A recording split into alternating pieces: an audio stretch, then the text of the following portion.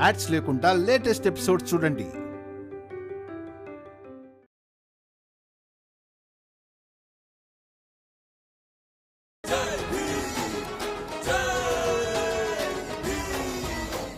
మీకు రేపు ఇలాంటి పరిస్థితి వస్తే అప్పుడు మీకు మీ అత్తారింటి నుంచి ఏం లభిస్తుంది? ఏ భీమరావు, రెచ్చగొట్టడం ఆపేయ్. వీళ్ళంతా మా భార్యలు.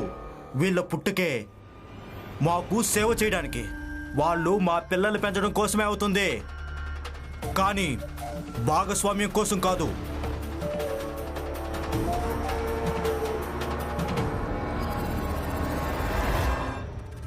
నువ్వు అక్కడ నిలబడి ఏం చూస్తున్నావు? సరళను లాక్కుంటూ ఇక్కడి నుంచి తీసుకెళ్ళు. నేను మరో పంతులు తీసుకురావడానికి వెళుతున్నా. భరణం కావాలంట.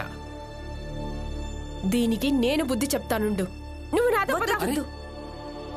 ఈరోజు మీరు కాదు, ఈరోజు ఈ ఆడవాళ్లే ఆలోచించాలి వీళ్ళ భవిష్యత్తు ఎలా ఉండాలో అని. ఏదో ఒక రోజు వీళ్ళ అత్తలు కూడా వీళ్ళని ఇలాగే లాక్కెళ్తారు.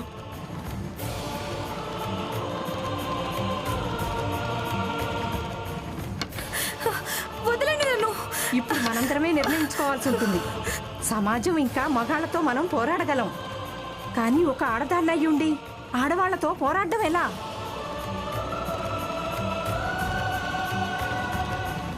పద, నీకు నేను బుద్ధి చెప్తాను. అసలు మౌనంగా ఎందుకున్నారు? ఒకవేళ ఈ రోజు మౌనంగా ఉండి తమాషా చూస్తున్నారంటే ఈ రోజు సరళకు ఏం న్యాయం జరుగుతుందో అదే రేపు మీ కూతురికి జరుగుతుంది. మీరే గొంతెత్తండి, ఈ సరళకు న్యాయం జరిపించండి. పద. ఆగు. అవును, నిజమే. సరళకు న్యాయం జరిగి తీరాలి. తనకు భరణం ఇచ్చి తీరాల్సిందే.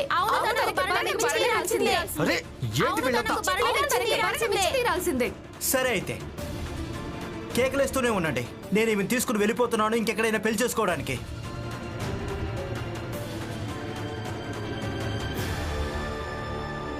పద. వదులు, నేను ఈ పెళ్లి చేసుకోలేను.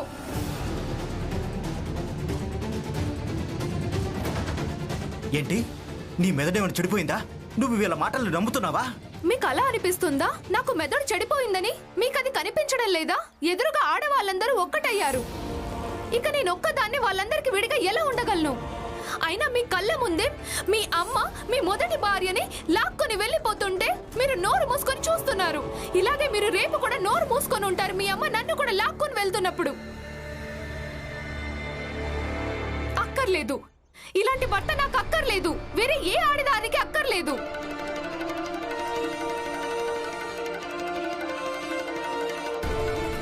నేను కూడా సరళ అక్కకు భరణం కోరుతున్నాను. అది కూడా సగం. ప్రచండదేవ్ గారు, నరోత్తం గారు, మీకు అలవాటే కదా ప్రతి సమస్యకు పరిష్కారం చూపించటం. చూపించండి. ఈ సమస్యకు కూడా మీరే పరిష్కారం చూపించండి. ఆ లోపు నేను ఇదాలోచిస్తాను. ఇప్పుడు ఈయన సగం వాస్తే సరళ గారికి ఎలా ఇప్పించాలా అని.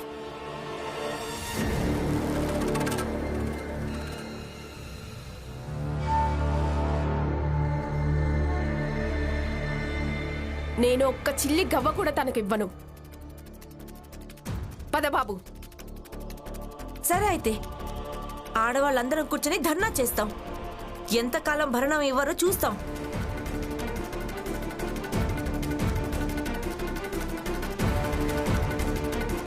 పదండి, మన అందరం కలిసి ధర్నా చేద్దాం. కూర్చోండి. సరే, మీరందరూ ఇక్కడే ఉండి ధర్నా చెయ్యండి. అలిసిపోయి మీ అంతటా మీరే వెళ్ళిపోతారు. పదండి అందరూ. ఇంకొక విషయం, సగం వాస్తు దక్కిన తర్వాత కూడా లెక్క పూర్తి కానే కాదండి.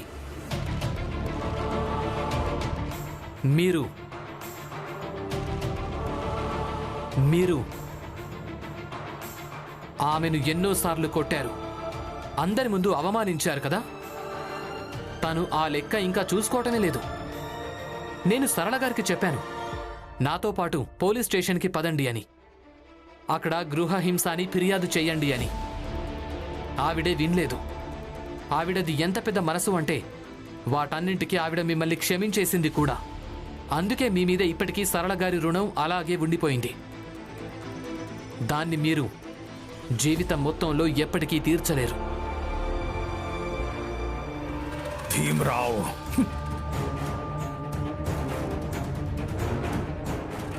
ఈ అలంకారం అంతా తీసేయ్.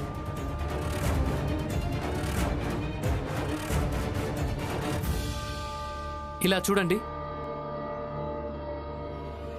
ఈరోజు మీరందరూ కలిసి వీళ్ళందరికీ ఒక పెద్ద గుణపాఠం నేర్పించారు. ఈరోజు మీరందరూ రుజువు చేశారు, ఒకవేళ ఒక ఆడది సాటి ఆడదానికి శత్రువు కాకుండా తన పక్కకొచ్చి నిలబడింది అంటే గనక ప్రపంచంలోని ఎంత పెద్ద శక్తి అయినా తలొంచుకుంటుంది అని.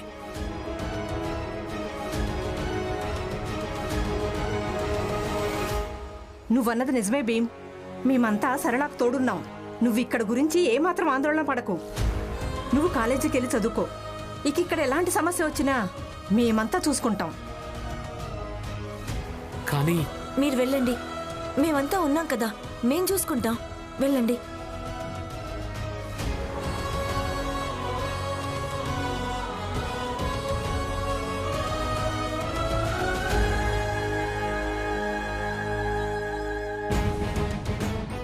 కూర్చోండి.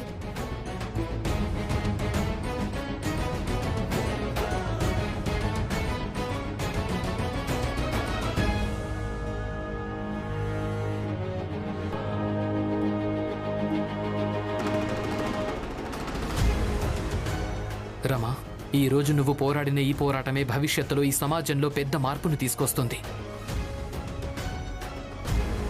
ఈ రోజు నీ ఈ పోరాటం కేవలం ఒక వీధిలోనే కావచ్చు, కానీ ఒక రోజు ఇలాంటి పోరాటాలు దేశమంతా జరుగుతాయి. అలాగే జరిగి తీరాలి కూడా. అప్పుడే సమాజంలో సమతుల్యత ఏర్పడుతుంది. ఇంతవరకు ఎవరూ రాలేదు. అసలు ఏం చేస్తున్నారో ఏం చేయట్లేదో ఏమీ అర్థం కావడం లేదు. హితేష్ అన్న, మీరెందుకు బెంగపడుతున్నారు? భీమ్ ఇంకా రమ వెళ్ళారు కదా, వాళ్ళు గెలిచే వస్తారు. గెలిచొచ్చామంటే అప్పుడు మనోబలం ఇంకా పెరిగిపోతుంది. తర్వాత మీ మగవాళ్ళ విషయంలో మీ భార్యలు ఏం చేస్తారో మీరే ఆలోచించుకోండి. చూడండక్క, మీకు విజ్ఞప్తి చేసుకుంటున్నాను, మీరు వీళ్ళని రెచ్చగొట్టకండి. రెచ్చగొట్టడం లేదు, అర్థమయ్యేలా చెబుతుంది. మేం బాగా అర్థం చేసుకున్నాం. వీళ్ళు కావాలంటే అక్కడికి గెలవని లేదా ఓడిపోని మేము మా భార్యల సంగతి తప్పకుండా చూసుకుంటాం. జనార్దన్ అన్న, వాళ్ళు వచ్చినప్పుడు కదా మీరు లెక్కలు చూసుకునేది. వాళ్ళందరూ అక్కడే కూర్చొని ఉన్నారు. ఇక ఏమంటున్నారంటే సరళకు భరణం లభించినంత వరకు వాళ్ళు అక్కడే కూర్చొని ఉంటారట. ఇక సరళ అత్తమామలు ఏం చెప్పి వెళ్ళారంటే కూర్చునే ఉండండి, చిల్లి గవ్వ కూడా ఇవ్వమని అన్నారు.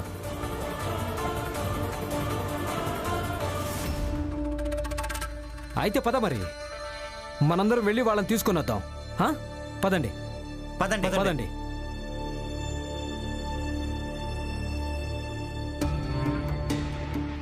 అక్క, మీరు కూడా వెళ్ళండి. వెళ్తేనే కదా చూస్తారు. నా కోడలు తమ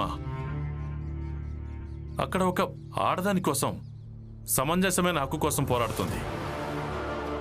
ఇక తనను చూస్తే ఎవరికి తెలుసు, బహుశా మీకు అర్థమవుతుందేమో, మీరు జీజాబాయి కోసం ఏ పోరాటానికి వచ్చారో అది సమంజసమైంది కాదని, తప్పని.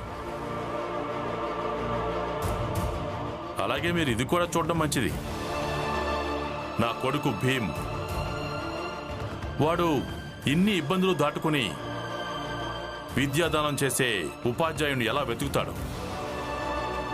దాంతో ఏదైనా నేర్చుకుని మీరు జీజాబాయికి నచ్చజెప్పడం మంచిది. సమస్యకు పరిష్కారం వెతికితేనే దొరుకుతుందని. దానికి సాక్ష్యం నా కొడుకే.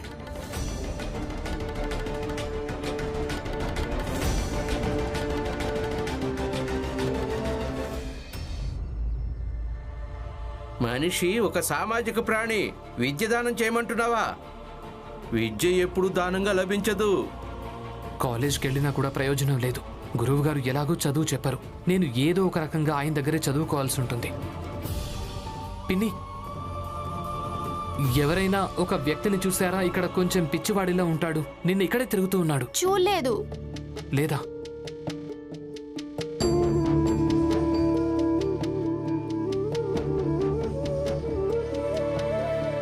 బాబాయ్, మీరేమైనా ఆయన్ని చూసారా? తను ఒక పిచ్చివాడిలాగా ఉంటాడు, ఇక్కడిక్కడే తిరుగుతూ ఉంటాడు, చూసారా?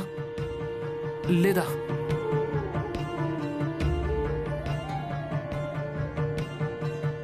అరే ఆగండి, ఆగండి, నేను మీతో కొంచెం మాట్లాడాలనుకుంటున్నాను. నేను చెప్పేది వినండి.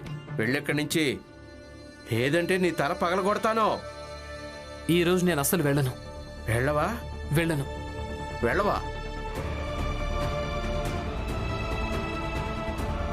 తల పగలగొడతాను. మీరు రాయితో కొట్టండి, ఇంకేమైనా చెయ్యండి, అయినా నేను ఇక్కడి నుంచి వెళ్ళను. చూడండి, మీరు నన్ను మీ శిష్యునిగా అంగీకరించండి. నాకు సామాజిక శాస్త్రం చదువు చెప్పండి. ఇదిగో చూడు, అందరికంటే పెద్ద పిచ్చోడు వీడొక పిచ్చివాడి కాళ్ళు మొక్కుతున్నాడు.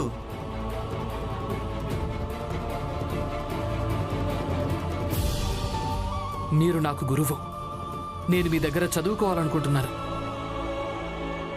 వీళ్ల మాటలు నా మీద ప్రభావం చూపించవు. వాళ్ళెందుకు అలా చెప్పి వెళ్లారు, ఎందుకు చెప్పారు, నేను అవేవీ పట్టించుకోను. నేను కేవలం సామాజిక శాస్త్రం చదువుకోవాలి. చదువు చెప్పండి. అప్పుడే చదువు చెప్పండి. మీకు శిష్యుణ్ణి అయ్యే యోగ్యత నాకున్నదని మీలో నమ్మకం కలిగినప్పుడు మాత్రమే.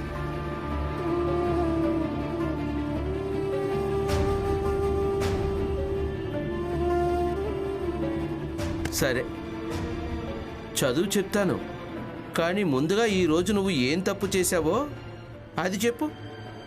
ఆ తర్వాతే నేను నిన్ను నా శిష్యుడిగా అంగీకరిస్తాను. తప్ప? నేనేం తప్పు చేశాను? ఆలోచించు, ఆలోచించు.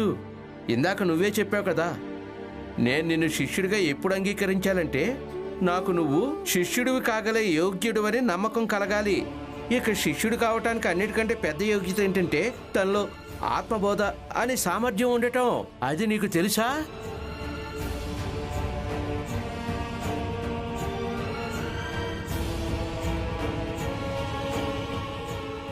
తప్పు. ఈరోజు నేనేం తప్పు చేశాను?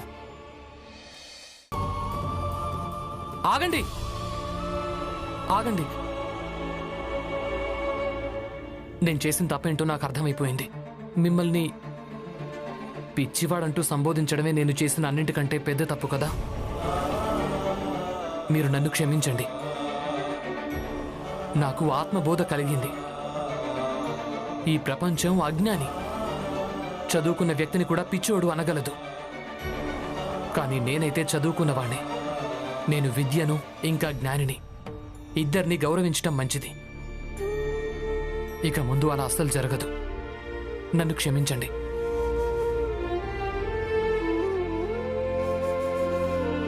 సిలబస్ చెప్పు.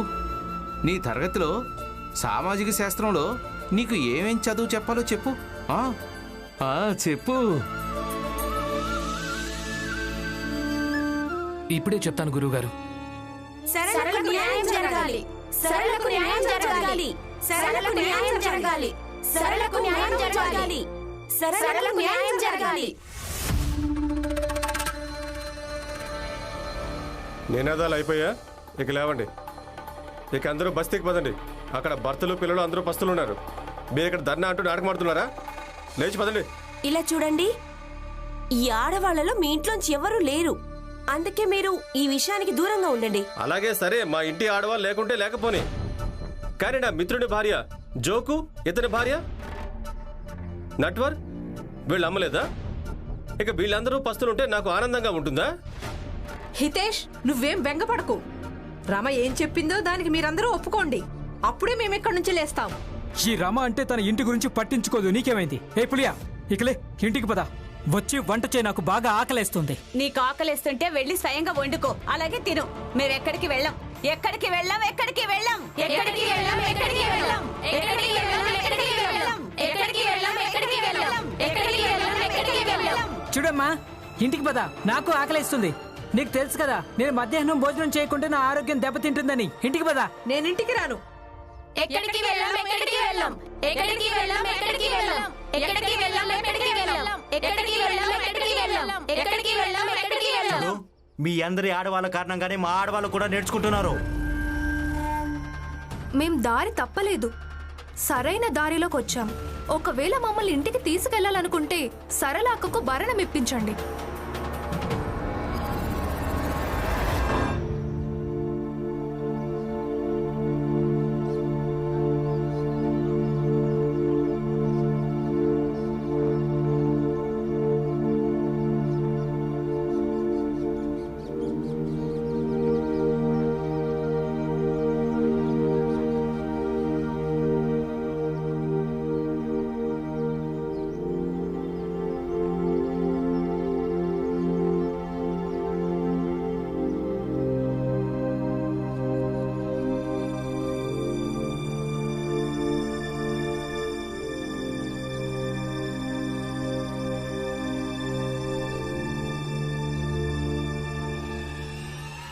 మీ అందరికీ సిగ్గనిపించడం లేదా?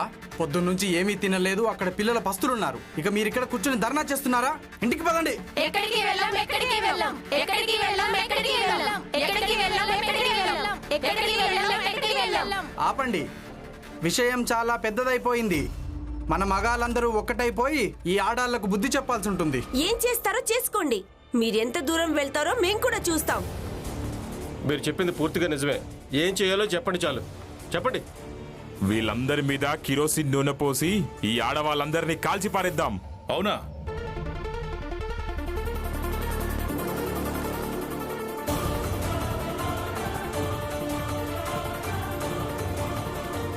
కిరోసిన్ నూనె ఒక్క బొట్టు పోసి చూడండి.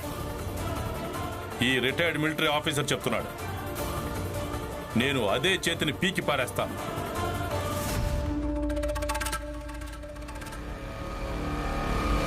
కానీ అదే ఆహాన్ని మీరందరూ వదిలేస్తే జీవితం ఎంతో అందంగా తేలిగ్గా మారిపోతుంది.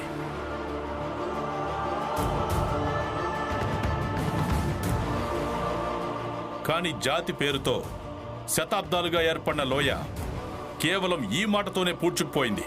మనం ఆడవాళ్లకు బుద్ధి చెప్పాలని అంతే మగాళ్ళందరూ కలిసిపోయారు. చాలా బాగుంది. ఇక ఇదే విధంగా మీరందరూ కలిసి మానవ వికాసాన్ని ఒక పెద్ద లక్ష్యంగా మార్చుకుంటే మన జాతి అలాగే మన మతాలు అన్నీ ఒక్కటైపోతాయి.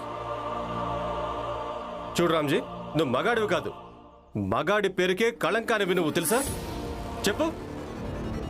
మగాడివి అయ్యుండి మగాళ్లకు సహకరించకుండా ఆడవాళ్లకు వత్తాసు పలుకుతున్నావు. ఛీ! హితేషన్న, ఆడవాళ్లను గౌరవించడమే మగాడి కర్తవ్యం అవుతుంది. ఇక నేను అదే చేస్తున్నాను. మీరెంత గుర్తుపెట్టుకోండి, మగాళ్ల పోరాటం కేవలం జాతి గురించి, కానీ మన ఆడవాళ్ల పోరాటం జాతితో పాటు మగాళ్ల మీద కూడా. అందుకే జాతికి చెందిన పోరాటం ముగిసిన తర్వాత కూడా మన ఆడవాళ్లు మన హక్కుల కోసం పోరాటం చేస్తూనే ఉండాలి. అలాగే ప్రతి పోరాటము గెలుస్తూ ఉండాలి. ఇక ఈ గెలుపుకి ఆరంభం మనం ఇక్కడి నుంచే చేయాల్సి ఉంటుంది. అంటే మమ్మల్ని బలహీనలు అనుకుంటున్నారా? మేము ఓడిపోతామనా? మేము మొగాళ్ళం, చూపిస్తాం కూడా. ఆడవాళ్ళు లేకున్నా మేము ఉండగలమని. పదండి సోదరులు, పదండి వెళ్దాం, పదండి.